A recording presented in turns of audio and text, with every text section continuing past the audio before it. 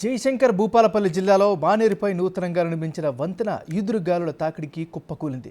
టేకుమళ్ళ మండలం గరిల్లపల్లి నుంచి పెద్దపల్లి జిల్లా ఓడేడు గ్రామానికి వెళ్లేందుకు మానేరుపై ఈ రోడ్డు కమ్ బ్రిడ్జి నిర్మిస్తున్నారు. సుమారు కిలోమీటర్ వరకు నిర్మాణం చేయాల్సి ఉండగా బిల్లులు చెల్లించలేదు అన్న కారణంగా కాంట్రాక్టర్ మధ్యలోనే పనులను నిలిపివేశారు. అర్ధరాత్రి బలమైన ఈదురుగాలులు వీయడంతో బ్రిడ్జి కూలిందని స్థానికులు పేర్కొన్నారు.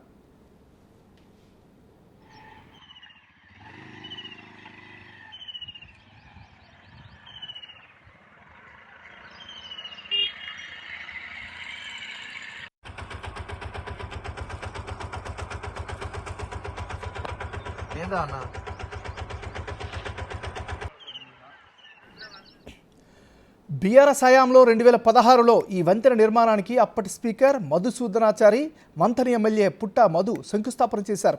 46 కోట్ల రూపాయల వ్యయంతో ఈ బ్రిడ్జిని నిర్మించేందుకు అప్పటి ప్రభుత్వం అనుమతిచ్చింది. నిర్మాణ వ్యయం పెరగడంతో మధ్యలో బ్రిడ్జి నిర్మాణ పనులకు కాంట్రాక్టర్ నిలిపివేశారు. దీంతో మరో 10 కోట్ల రూపాయల అంచనాలను పెంచుతూ ఆదేశాలు ఇవ్వడంతో తిరిగి నిర్మాణ పనులను ప్రారంభించారు. ఈదురుగాలులకే బ్రిడ్జి కూలిపోతే నిర్మాణ పనుల నాణ్యత ఏ స్థాయిలో ఉందో అర్థం చేసుకోవచ్చని స్థానికులు విమర్శిస్తున్నారు.